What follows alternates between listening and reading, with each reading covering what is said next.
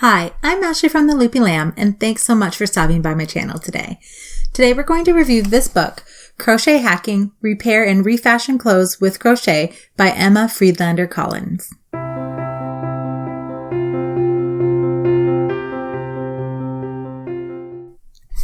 Hacking our clothes isn't a new concept. When I was a teenager, I remember it being all the rage to hack up our t-shirts and change them into things like blankets and bags and different kinds of clothing and sewing the two different t-shirts together to make a new shirt. So I was really intrigued when I had the opportunity to review this book, Crochet Hacking, because I really wanted to see what crochet would bring to a clothing hack, as well as see how much clothing hacking has changed over the years. My first impressions of crochet hacking were that it is bright and colorful and just pulls you in and invites you to read its content. In the introductory section of the book, it does discuss some of the very sobering and eye-opening facts about what our disposable fashion industry is doing to our environment. After reading that section, it made me want to reconsider every clothing purchase that I make in the future and to decide whether I actually need to make that purchase or if it's more impulse than anything. And it's really made me reconsider whether or not I can use crochet as an element to repurpose my old clothes or to make them new again. Crochet hacking is broken down into 4 different sections depending on the type of fabric you'll be using for your hack. So there's denim, jersey, which is the general t-shirt type fabric.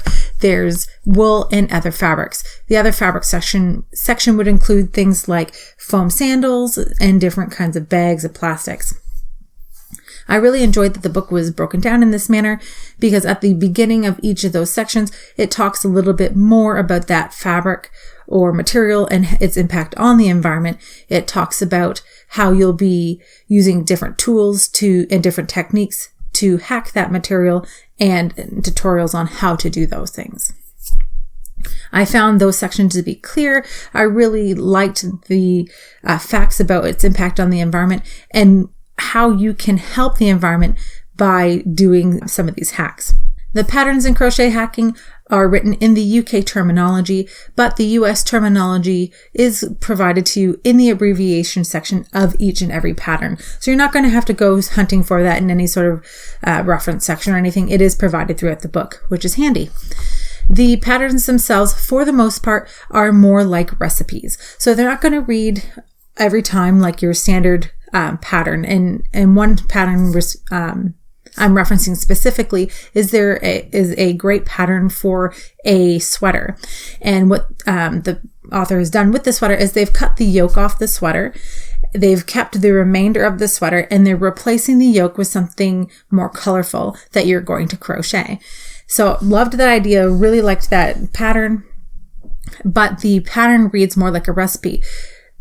We can't expect the author to be able to come up with the exact numbers for every size that could fit for every single sweater. So it's more like a recipe that tells you how to do this, and it's still clear and straightforward on how to do that. So just if you're one of those people that it has to be very regimented and that it has to give you the exact number, it has to give you the exact pattern repeats, you're not going to be thrilled with that, but I actually really liked that.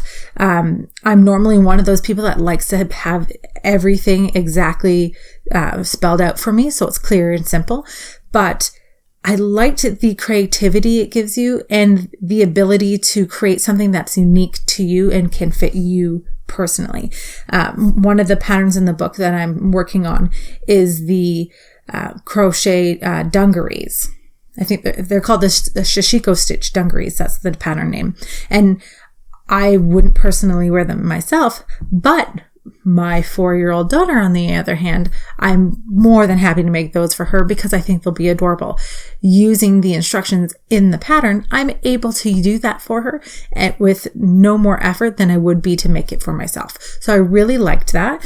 And the fact that even though there were some patterns in the book that I know I wouldn't personally wear, I've now have those techniques in my toolkit that I can apply them somewhere else to something that might be more fitting to my style. So if you see a project in there and you're like, oh, maybe that's not your thing, that's okay. Read that, take the time and read how that's done, because I bet it'll get the wheels turning and you'll say, oh, you know what? I might be able to do that to this, and I might be able to use this and change that.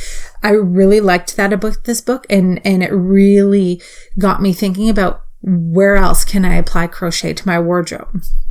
The other thing that really was a big thing to me, and it's referenced in the book, is how, again, referencing that sweater pattern, is you can get yourself a brand new garment without all the effort of creating it from scratch, right? Like the sweater pattern I was talking about, they replaced just the yoke. It looks brand new.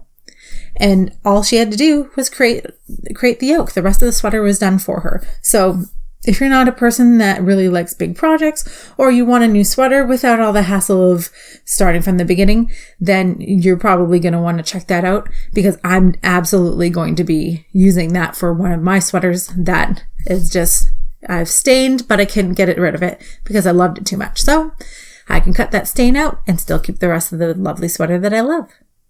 There are 17 crochet projects in Crochet Hacking. 3 of my favorites are the Not Your Granny's Bomber, the Sashiko Stitch Dungarees, and the Easy Peasy Zipper Jacket.